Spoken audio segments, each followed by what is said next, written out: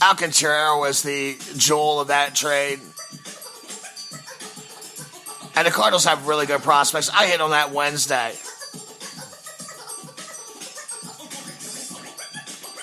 I mean, Marcell Ozuna's a beast.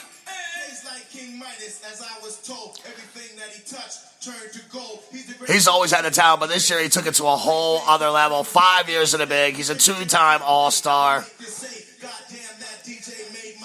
Had 37 home runs and a .548 slugging percentage this year. I mean, batting in front of Giancarlo Stanton must do a brother right, if you know what I'm saying.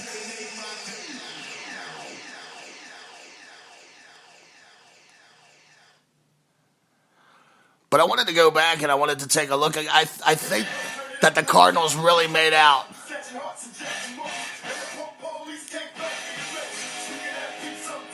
By trading for Ozuna.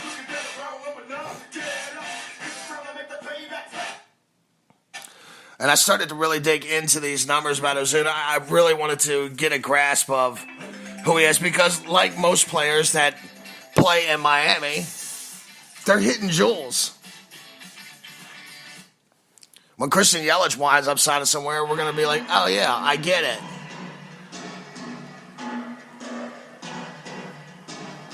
I noticed some trends with Marcell Ozuna, though. This year, he had a high of 93 runs. His previous high was 75 in 2016.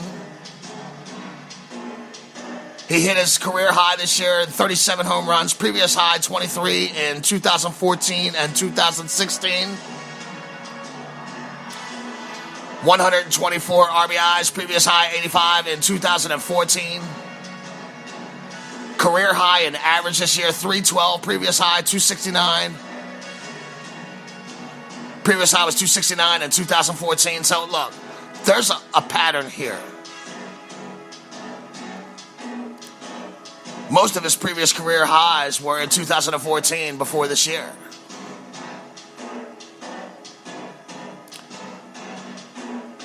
Well, coincidentally, 2014 was the only other time Stanton was really healthy all year. It was really, as far as Marcell Ozuna's tenure on that team, it was the only time he was healthy when they were together. Stanton played 145 games this season.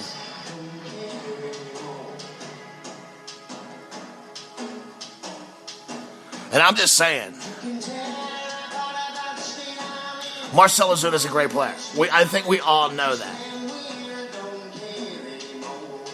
But he has played his best baseball offensively when Giancarlo Stanton was healthy for the whole year. You're going to see a lot of fastballs when the big boy is behind you, if you know what I'm saying. And if you can hit the fastball, you're going to feast. That's why I think that Aaron Judge is going to feast in front of Stanton. I'm not saying Ozuna's a stiff. I'm just saying that the Cards will be wise to get another power hitter and insulate Ozuna with some power. The records, the numbers, the history, they show that he is a much better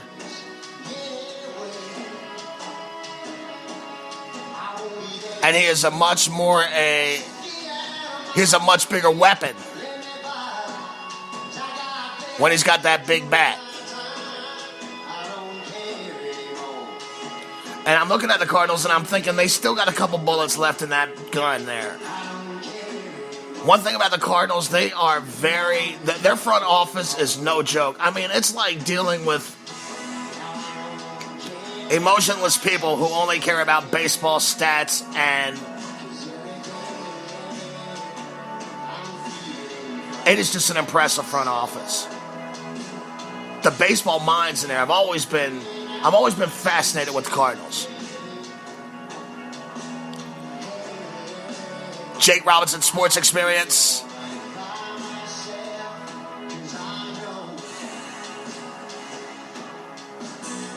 I'm just saying, the Cards, I see you got a couple bullets left in your gun, and as an Orioles fan, I still think you got enough to make it happen for Manny Machado.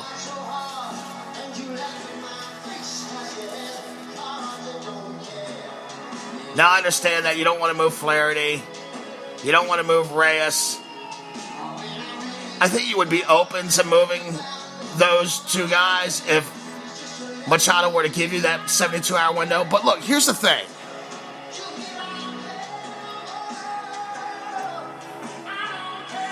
St. Louis has had people come over in the past. They've had Mark McGwire come to that team. They've had Matt Holliday come to that team. Both of those guys, their contracts were up at the end of the year. To get those guys over there to St. Louis, you get them into a Cardinals uniform. Manny Machado's going to love St. Louis. I really think there's a deal to be made here between the Cards and the Orioles. Now, I know that there are some questions in the Cardinals, and the Cardinals have got to get back to competing with the Cubs. Or if Matheny doesn't make it to the playoffs, he's done. It's over.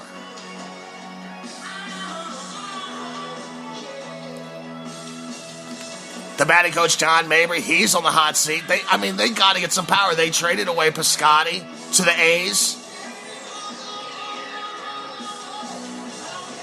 which Piscotty's mom has ALS and she lives in the Oakland suburbs, so the Cardinals, being what the Cardinals are, class, they shuttled him to Oakland for two reasonably rated prospects.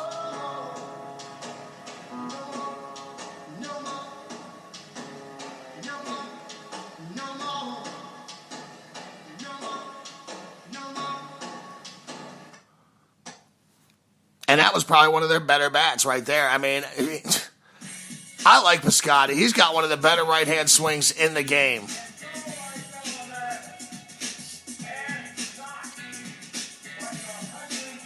Adam Wainwright, he's always iffy. Lance Lynn, he's probably gone. Trevor Rosenthal, they're probably gone. You know,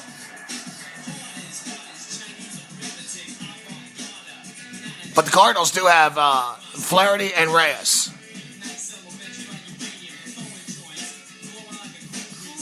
And like I said, Holliday, McGwire, they came over with 1 year remaining on their contract. You got them into St. Louis. You got them to feel the experience. And they winded up re-signing with the Cardinals and going on and having folklore St. Louis Cardinals careers. I know there's a deal to be made here with the St. Louis Cardinals. I can feel it. Machado would make Carpenter better. He'd make Ozuna better. And let's be honest, Machado would be happy in St. Louis. He can play shortstop there. They're going to move Paul DeJong to third. I mean, that's a no-brainer. I don't want to see Manny Machado go, but reality is reality. And if he's got to go somewhere, then send him here. Get this done. Do not hold him for the rest of the year. Look, now I can understand. The Orioles have always been a team that is very reluctant about telling their fan base they're starting over.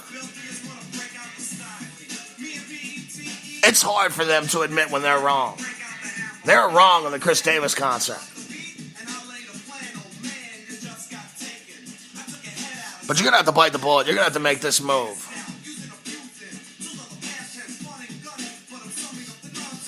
The Cardinals got a couple other prospects. They got some catcher prospects. Carson Kelly, Andrew Knitzer. They're probably about 2 years away. They're going to be taking over Yachty's spot. And I'm telling you, if the Cardinals don't make the playoffs, Matheny is fired. Who they'll hire after that? Maybe Oquendo finally gets his chance. I mean, Jose Oquendo's been out there for a minute. Loyal soldier. It might be time for them to go that route if they don't get it done this year. The Cardinals signed Luke Gregerson for their eighth inning work. And it sounds like they're going to go after Colomé to be their closer.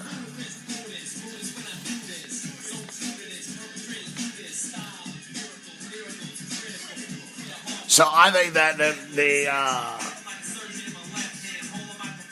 the Cardinals got some bullets left in that gun, and they should probably just make this move. And the Orioles should too. I'm going to pound the drum on this, because this is probably one of the better deals that we can get. You know, the White Sox aren't talking about giving up Kopech. You know, the White Sox are like, oh, no, we're not going to give you these guys. And I'm like, dude, it's Manny Machado. You give us something.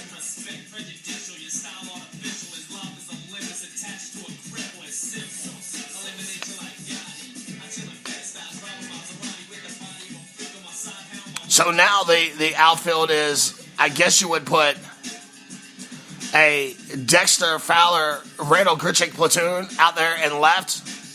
You're going to have Ozuna in center.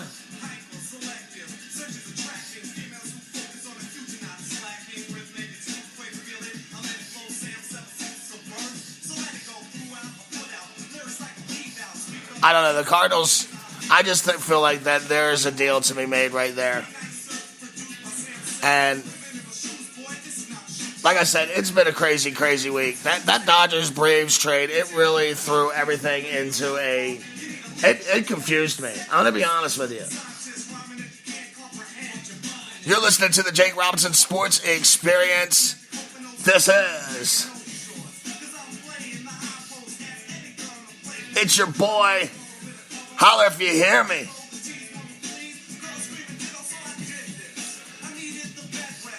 So I just want to come out here and give you the weekly wrap-up on the baseball mandarings that are going on.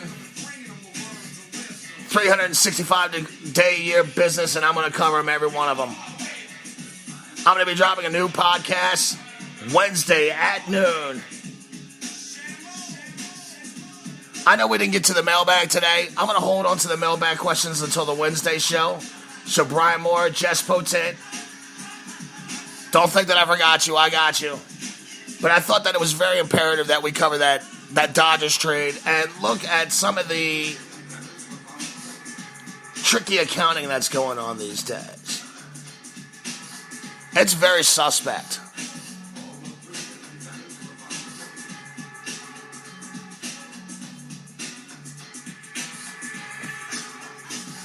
And I think it's something that the league has got to keep an eye on. I don't think it's good for baseball to have NBA-like trades. This has got to stop.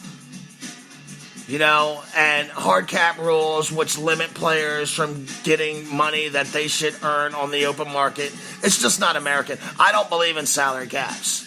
I don't believe you cap someone. I would not want somebody to tell me how much I can and cannot make at the end of the day. And if you're going to have a salary cap, then you got to have a salary floor. I mean, you know, that's just common sense.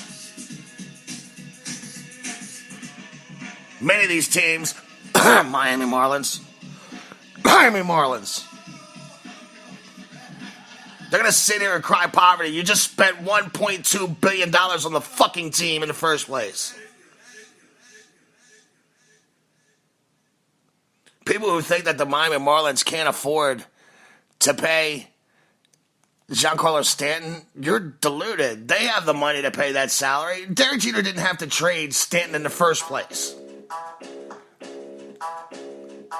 Everybody's caught up on this that he needed to make this deal. No, he did not. He could have thrown Stanton out there all year. Put him out there with a bunch of losers. Let him lose 5 out of every 7 days. And you know what's going to happen? Stanton's going to be like, okay, I'll let you pretty much trade me anywhere, man. I mean, if that guy has any self-respect, it would be like that, right?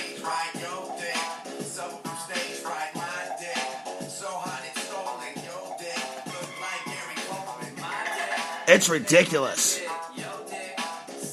There is so much money in the pot, and nobody is making money. Nobody is getting signed. And I told you that Scott Boras is the slow